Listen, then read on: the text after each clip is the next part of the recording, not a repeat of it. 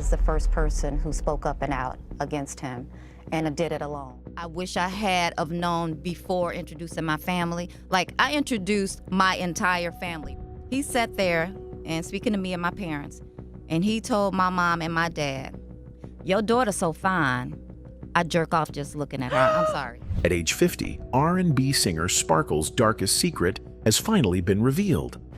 The first few seconds of it, I don't know if you all seen it, but I couldn't see any more of it. I said, shut it off. That, that is her.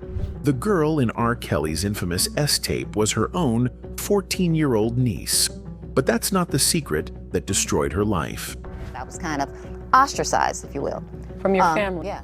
The secret was that she brought her entire family into Kelly's world, thinking she was giving them opportunities.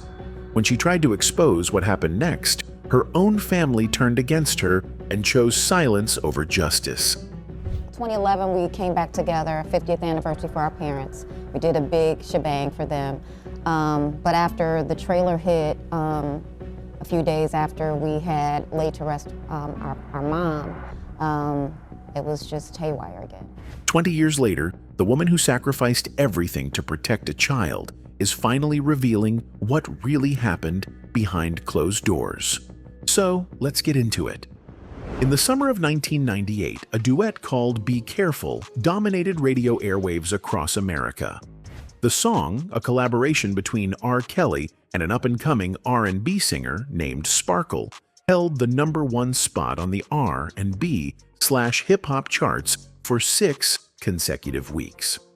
For Stephanie Edwards, Sparkle's real name, this represented the pinnacle of a musical journey that began nearly a decade earlier. 89. It's a little way back there, but yeah, I was like 1. Yeah. Shut up, Evie. No, you weren't. That's my You were story. in college. That's my story. I'm sticking with it. Yeah, 89 in the studio. He was working on Billy Ocean at the time. The story of how Sparkle met R. Kelly in 1989 seems almost impossibly innocent in hindsight. A girlfriend wanted to introduce the young singer to the rising producer. Sparkle was working a 9-to-5 job, grinding through Chicago's music scene, hoping for her break. When Kelly called her back to the studio in 1992, she thought she was just doing background vocals for another artist. Instead, she found herself singing behind Aaliyah on what would become the young singer's debut album.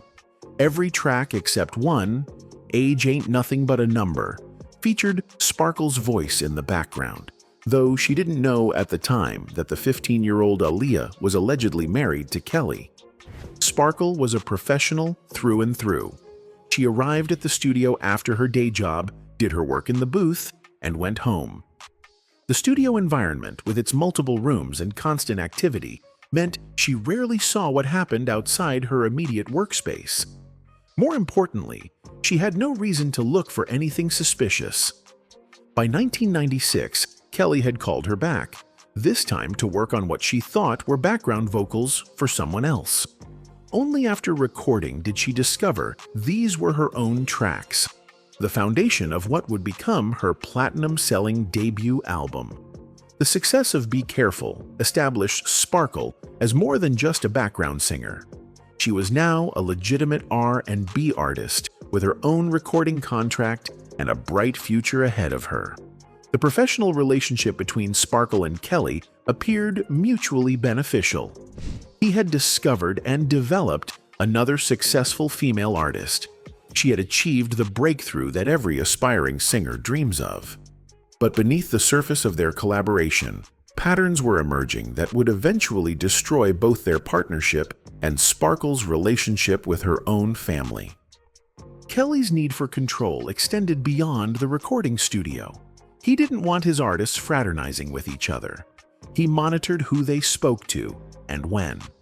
For someone like Sparkle, who prided herself on being friendly and approachable, these restrictions felt suffocating. She would deliberately seek out other people in the studio just to rebel against Kelly's controlling behavior. What Sparkle didn't realize was that this controlling behavior wasn't just about maintaining professional boundaries. It was part of a larger pattern of isolation and manipulation that Kelly used with many of the young women in his orbit. By keeping people separated, he prevented them from comparing notes, sharing experiences, or forming alliances that might threaten his control. The success of Sparkle's debut album should have been the beginning of a long and prosperous career.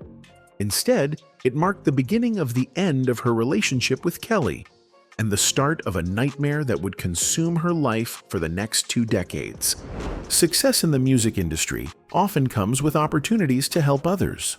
For Sparkle, riding high on the success of her platinum debut, sharing her good fortune with family seemed natural. The Edwards family was musical. They had talent, they had dreams, and now they had someone on the inside who could open doors. He was taking me to Interscope. He was leaving the other artists on Jive. You know what I'm saying? So he was going to need bodies. Right. My family's a musical family. Let me see if I can put them in there. Get everybody yeah, and you know, let them be stars like he was about to make me. You know, so I introduced my niece. The introduction wasn't casual or careless. Sparkle brought her entire family into Kelly's orbit. Her sister, her brother-in-law, her nieces and nephews. Her brother-in-law was a skilled guitarist who ended up playing on several Kelly albums. This was about creating opportunities for people she loved, using her success to lift up others. Her 14-year-old niece showed particular promise as a rapper. In the late 1990s, with artists like Lauryn Hill and Missy Elliott dominating the scene, a young female rapper with talent could build a significant career. Kelly, with his track record of developing young female talent, seemed like the perfect mentor. But something shifted after Sparkle brought her family into the picture.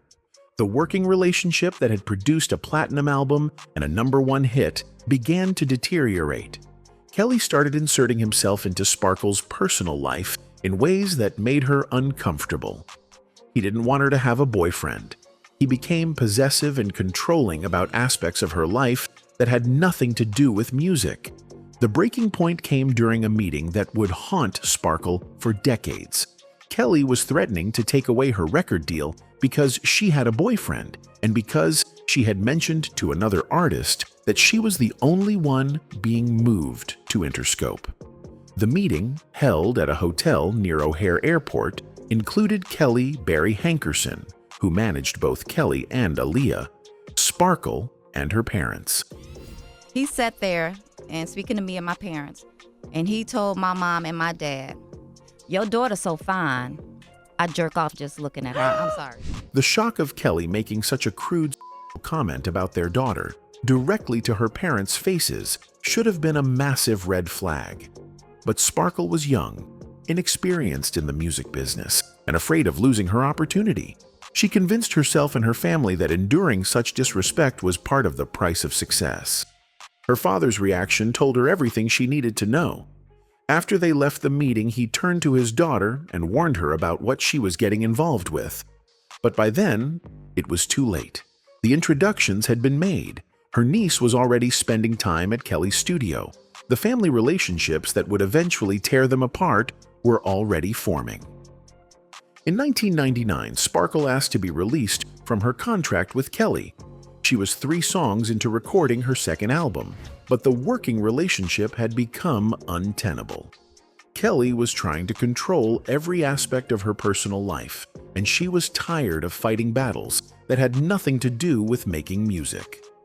Kelly granted the release, but by then, her family members were deeply embedded in his world. Her brother-in-law was working as his guitarist. Her niece was spending increasing amounts of time at the studio, supposedly working on her rap career. What Sparkle didn't know was that she had set in motion a chain of events that would destroy her family and force her to make choices no aunt should ever have to make. After leaving Kelly's camp in 1999, Sparkle tried to rebuild her career independently. She had proven she could create hit music, and she hoped to find success with a new label and fresh creative partners. But in 2000, she started receiving phone calls that would shatter her world. Prior to the tape coming out, I got 2 phone calls from 2 separate people in Robert's camp. And they were saying to me, "Yo, something ain't right. Your niece down here by herself too much. What's going on?" The calls came from people still working in Kelly's inner circle. They were warning her that something didn't look right.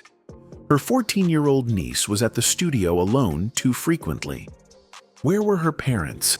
What was really going on? These weren't casual concerns. They were urgent warnings from people who had seen enough to be worried. Sparkle immediately called her sister. Where was her daughter? Why was she at the studio by herself? Her sister's responses were evasive, reassuring, but unconvincing. Everything was fine. Everything was under control. But if everything was fine, why were people in Kelly's camp concerned enough to reach out to Sparkle? Taking the warning seriously, Sparkle did something that would define her for the next 2 decades. She called the Department of Children and Family Services. Along with 2 friends, she reported her concerns about her niece's safety. This wasn't a jealous ex-collaborator looking for revenge. This was an aunt who had received credible warnings from multiple sources and was trying to protect her family. The investigation by DCFS apparently didn't find actionable evidence, but Sparkle's concerns proved to be tragically prescient. In 2002, a video surfaced that would change everything, not just for Kelly, but for Sparkle and her family. So a lawyer called my home phone. I don't know how he got it, but he called me and he stated to me, there is a tape that possibly has one of your family members on it. The call from the lawyer was devastating. There was a tape. It possibly showed a member of her family. The lawyer wanted to represent her sister and brother-in-law, but first, someone needed to confirm whether the girl in the video was actually Sparkle's niece. The lawyer offered to send an associate to show Sparkle the tape privately. Sparkle agreed to view it, but only after trying to get her oldest brother to watch it with her for moral support. The lawyer insisted she view it alone. When the associate arrived and began playing the video, Sparkle needed only a few seconds to confirm her worst fears. First few seconds of it, I don't know if you all seen it, but I couldn't see any more of it. I said, shut it off. That is her. The confirmation that her 14-year-old niece was the girl in the tape was devastating enough. But what happened next would fracture her family permanently. After initially agreeing to view the tape and potentially work with the lawyer, her family suddenly changed their minds.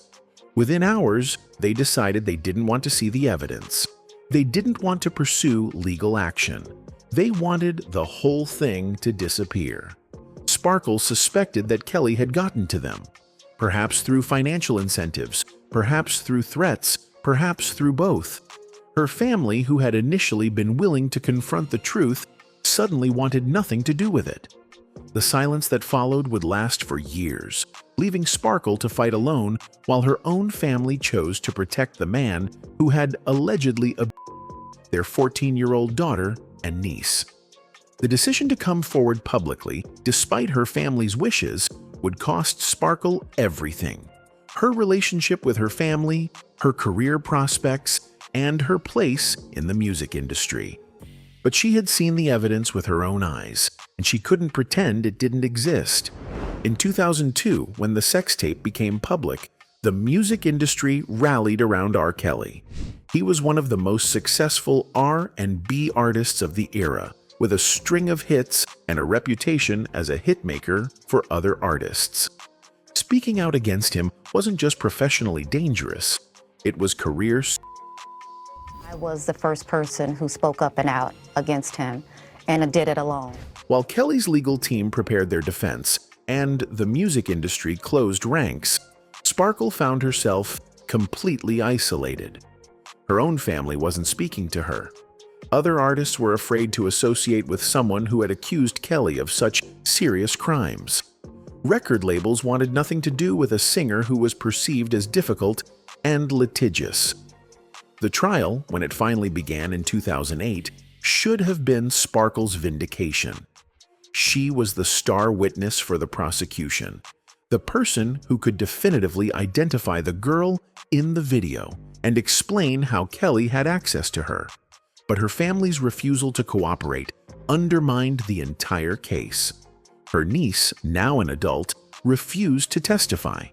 Her sister and brother-in-law, despite having brought their daughter to Kelly's studio and witnessed the relationship develop, also refused to take the stand. Without the alleged victim's cooperation, and without her parents' testimony, the prosecution's case fell apart. Kelly was acquitted on all charges in 2008. For him, it was vindication. For Sparkle, it was the final confirmation that she had sacrificed her family relationships and career for nothing. The man she had accused was free, her family still wasn't speaking to her, and her music career was essentially over. The family briefly reconciled in 2011 for their parents' 50th anniversary celebration. For Sparkle, it felt like a chance to rebuild relationships that had been destroyed by the Kelly situation. But when the Surviving R. Kelly documentary was announced, and particularly after their mother's funeral, the family fractured again. 2011, we came back together, 50th anniversary for our parents. We did a big shebang for them. But after the trailer hit, a few days after we had laid to rest our mom, it was just haywire again. The pattern was clear. Whenever Kelly's alleged crimes became public again, Sparkle's family retreated into silence and away from her. Whether this was because of financial agreements, threats, ongoing loyalty to Kelly, or simply exhaustion from the controversy, the result was the same. Sparkle remained alone, carrying the burden of speaking for a victim who wouldn't speak for herself and defending family members who didn't want her defense. During the years of exile from her family, Sparkle struggled to rebuild her life and career. She moved to Las Vegas, where Toni Braxton helped her find work performing in shows on the Strip. It was a lifeline during the darkest period of her life, when she had lost everything: family, career, and financial security, for telling a truth that nobody wanted to hear. The music industry's treatment of Sparkle during these years revealed the ugly reality of how powerful men were protected. While Kelly continued releasing hit songs and selling out concerts, the woman who had tried to expose his alleged crimes was effectively blacklisted. Her experience would become a template for understanding how industries silence whistleblowers and protect valuable assets regardless of the cost to victims. For 17 years, Sparkle's story seemed destined to remain a cautionary tale about speaking truth to power too early. Kelly's career continued largely uninterrupted after his 2008 acquittal. He released successful albums, went on tours, and maintained his position as one of R&B's most prominent figures. Meanwhile, Sparkle remained in relative obscurity, her warnings dismissed and her sacrifice forgotten. The cultural shift that began with the hashtag #MeToo movement in 2017 created space for stories like Sparkle's to be heard differently. When Lifetime announced the Surviving R. Kelly documentary series, producers knew they needed Sparkle's participation.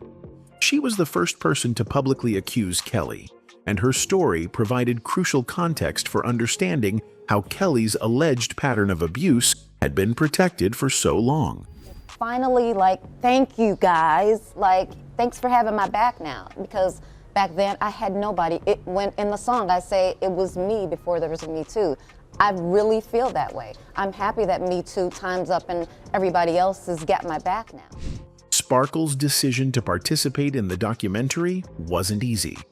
She had spent years trying to move past the Kelly situation, building a new life in Las Vegas and working on new music. Revisiting the trauma meant risking her hard-won stability and potentially reigniting family tensions that had only recently begun to heal. But the documentary also offered something Sparkle had never had before: other voices joining hers. She was no longer alone in making allegations against Kelly. Survivors like Andrea Kelly, Kitty Jones, and others were ready to share their experiences. The collective power of multiple testimonies created a credibility that Sparkle's solo efforts had lacked. The impact was immediate and overwhelming. Within days of the documentary's premiere, Kelly was dropped from his record label.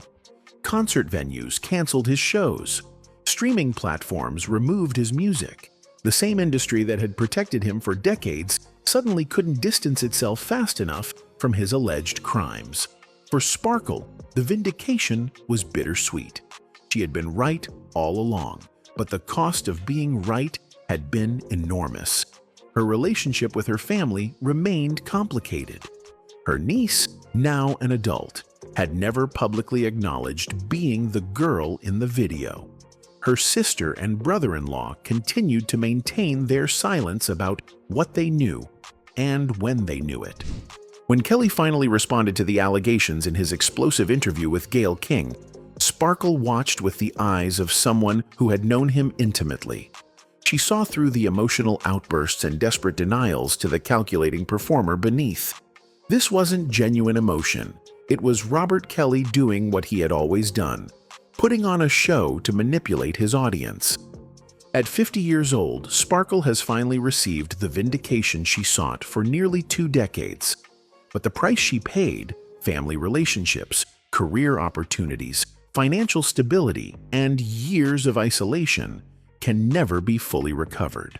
Her story reveals the devastating cost of speaking truth to power before society is ready to listen, and the courage required to maintain that truth even when it destroys everything else in your life. The woman who once sang "Be Careful" as a duet with R. Kelly now embodies that warning.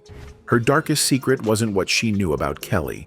It was what she was willing to sacrifice to protect a child who couldn't protect herself, even when that child's own family chose silence over justice.